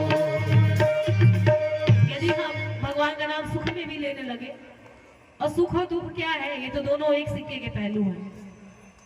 जीवन है तो मृत्यु भी नानी है। जिस दिन हमारा जन्म हुआ उसी दिन मृत्यु भी तय होगी, आज आए हैं तो कब जाना है। और सुख है, जीवन है तो सुख भी है, और जीवन है तो दुख भी है, ये दोनों भाई हैं। हमें कभी भी घबराना नहीं चाहिए, हर हाल में हर वक्त भगवान का नाम अवश्य ही लेते रहना चाहिए। देवर्षि नारद चल दिए फिर से, दुखी है लेकिन भगवान का नाम मुख से गया नहीं, दुखी में भी गाए जा रहे हैं। नारायण श्रीमन नारायण, नारायण नारायण, नारायण नारायण श्रीमन नारायण। मिलके सब लोग भजन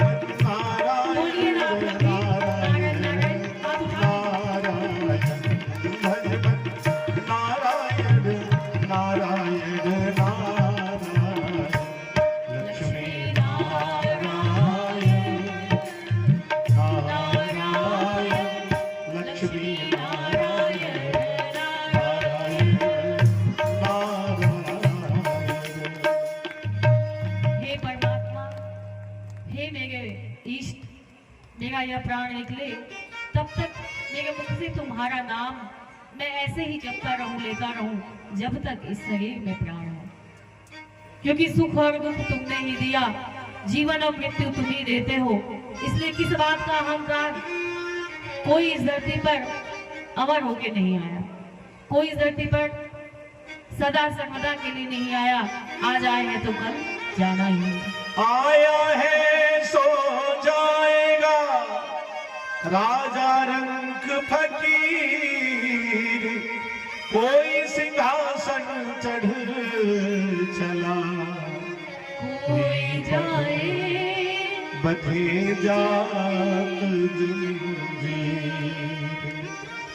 अगर हम अच्छे कार्य करते हैं, नेक कार्य करते हैं, पुण्य कार्य करते हैं, यदि हमारा हृदय किसी दुखी को देखकर द्रवित होता है, करुणा हमारे अंदर जगती है, किसी प्यासे को देखकर हमने जल ग्रहण करा दिया, पिला दिया, किसी भूखे को भोजन दे दिया, किसी निर्वस्त्र व्यक्ति को देखकर उसे वस्त्र का दान कर दिया, तो हमारा यह कर्म हमारे साथ जाता है।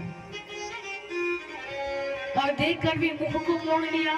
सर्व समर्थ होते हुए हमने कभी किसी को दान नहीं किया। द्रौपदी के साथ भी दान किया हुआ ही काम आया था, आगे की कथा में बताएंगे। दान 5 तरह के होते हैं, इसे भी बताएंगे कथा के माध्यम से। कहते हैं क्या जाएगा, खाली हाथ आए थे खाली हाथ जाएंगे, खाली हाथ कर्म लेके आए हैं और कर्म ही करके जाएंगे।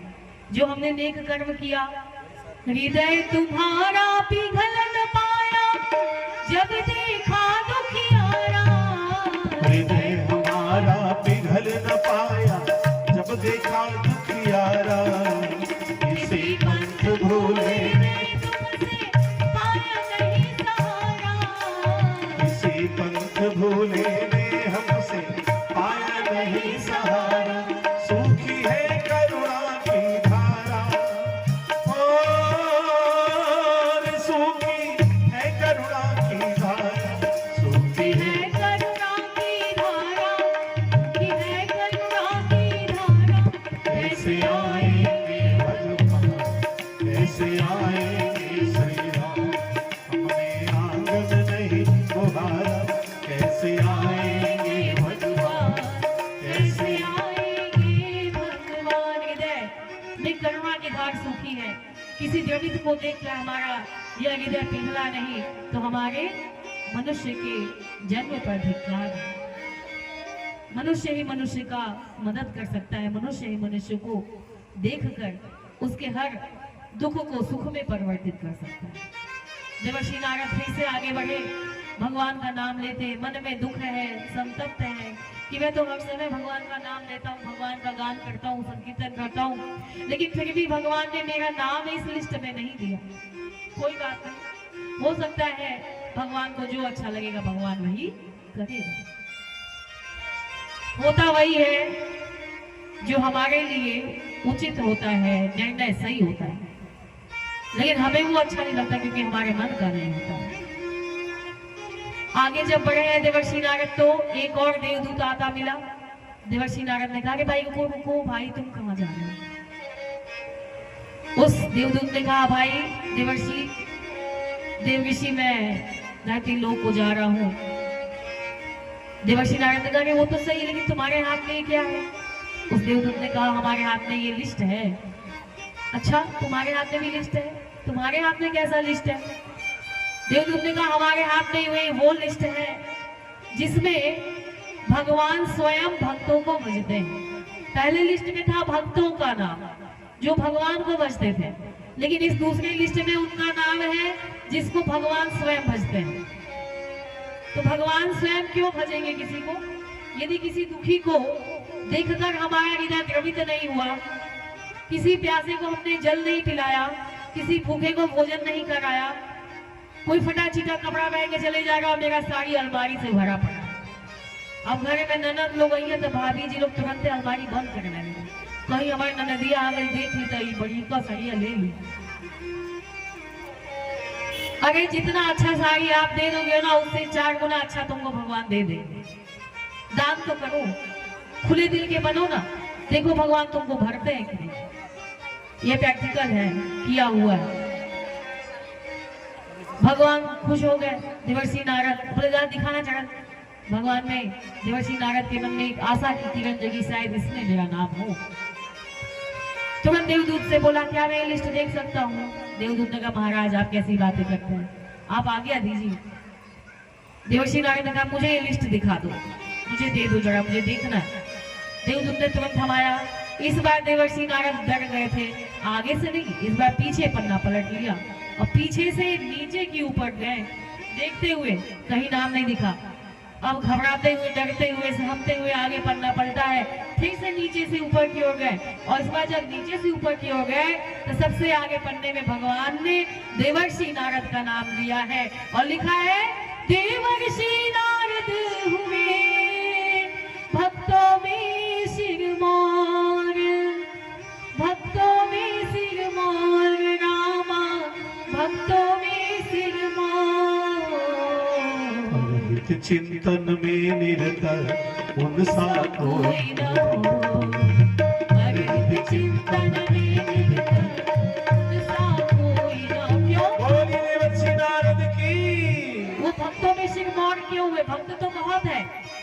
क्योंकि जब भक्त नहीं होंगे भगवान कहाँ होगा।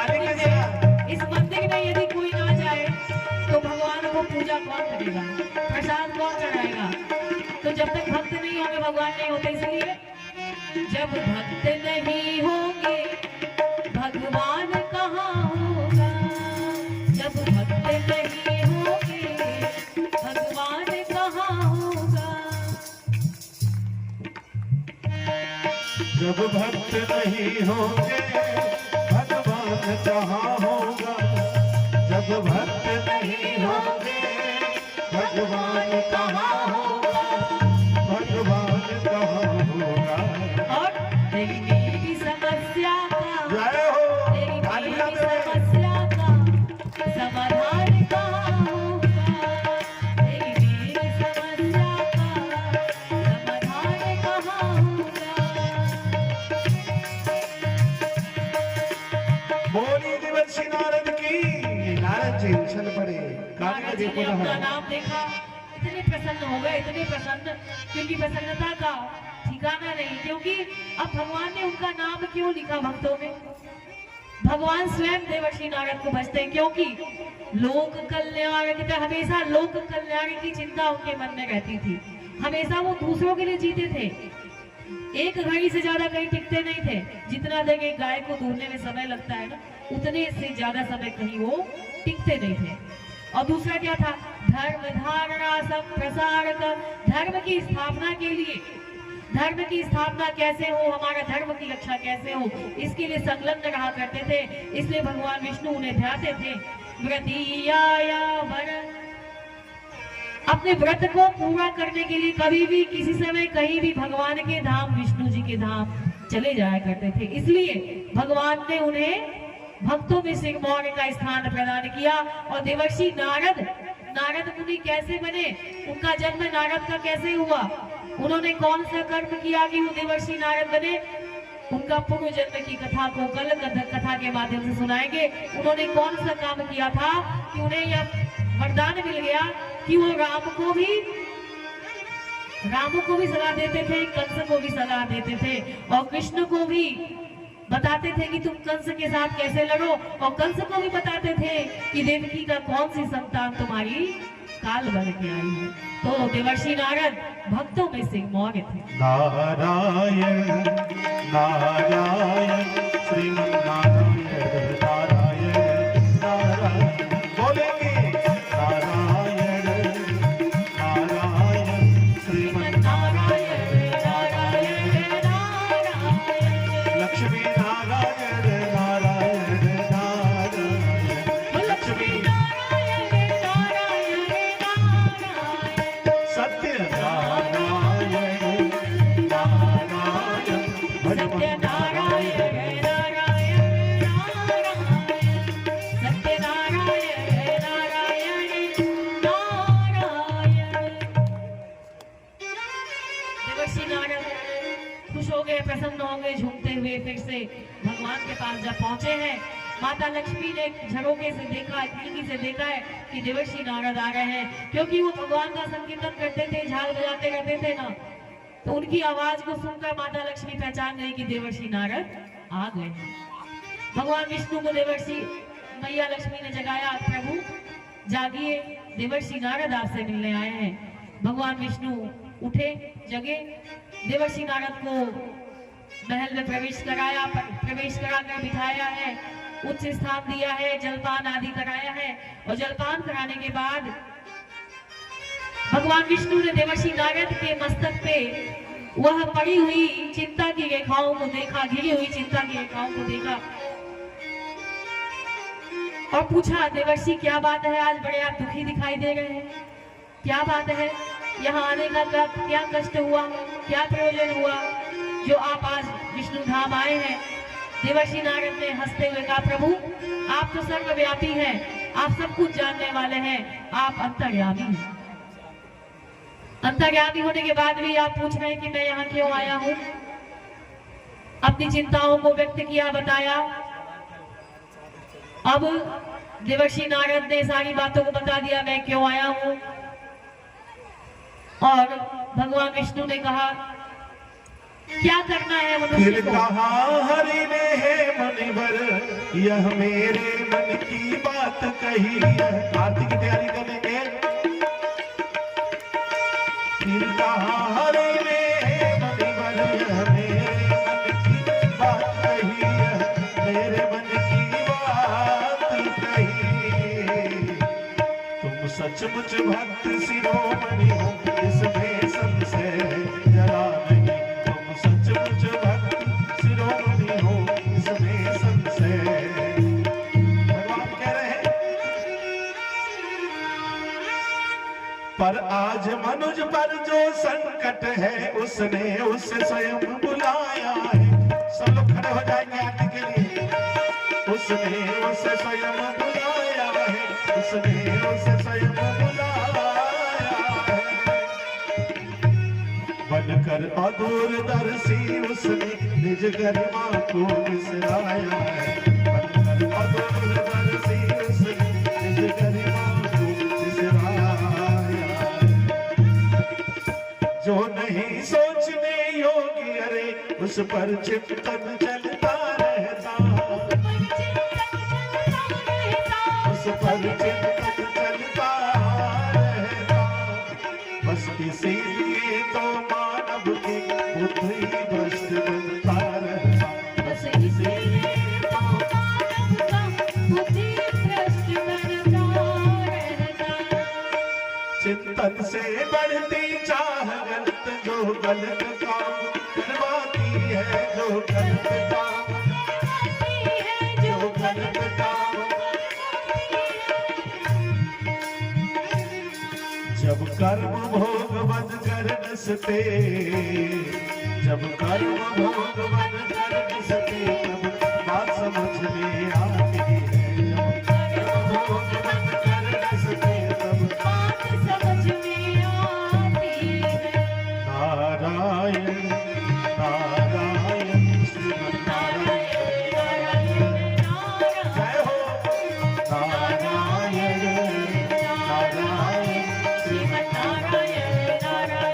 नारायण